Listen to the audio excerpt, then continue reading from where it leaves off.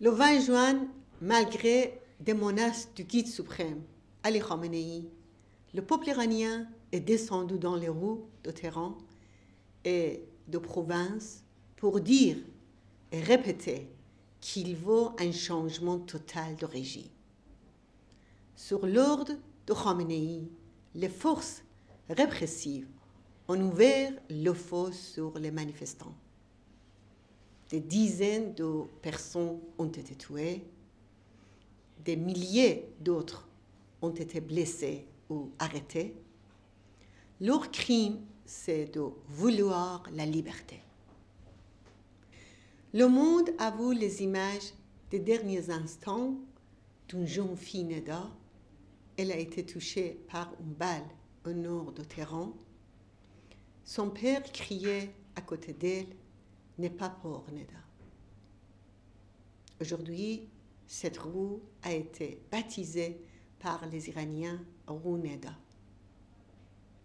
Avec ces crimes contre le peuple, le régime est entré dans une phase irréversible qui le mène à sa destruction. En signe de solidarité avec le soulèvement de leurs compatriotes, ce 20 juin, les Iraniens à l'étranger se sont réunis dans un immense rassemblement à Paris. Des dizaines de milliers d'Iraniens ont repris les slogans d'intérieur du pays, mort aux dictateurs et vive la liberté. La révolte du peuple iranien la semaine dernière a désavoué les analyses de ceux qui voulaient faire croire à la stabilité de ce régime.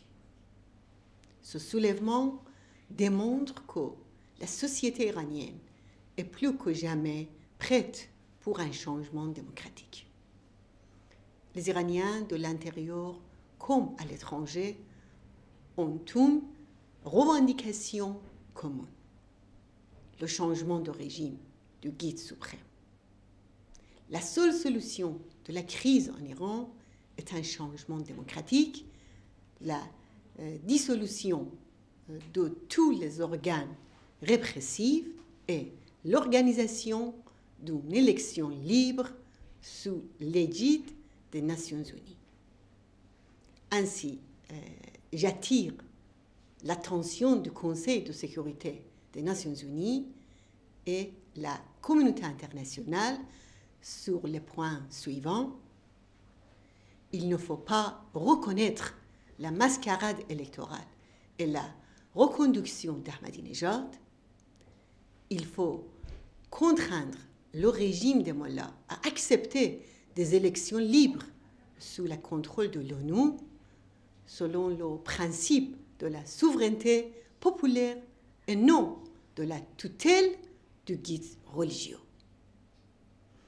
Il faut suspendre toutes les relations politiques et diplomatiques avec le régime des mollahs jusqu'à la fin totale de la répression.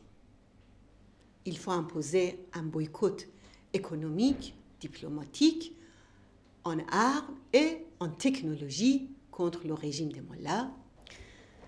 Le Conseil de sécurité des Nations Unies doit se saisir du dossier des crimes des dirigeants du régime, surtout Khamenei, pour les traduire devant un tribunal international, et il faut interdire les déplacements des dirigeants du régime des mollahs à l'étranger. C'est ce que demande le peuple iranien au monde entier.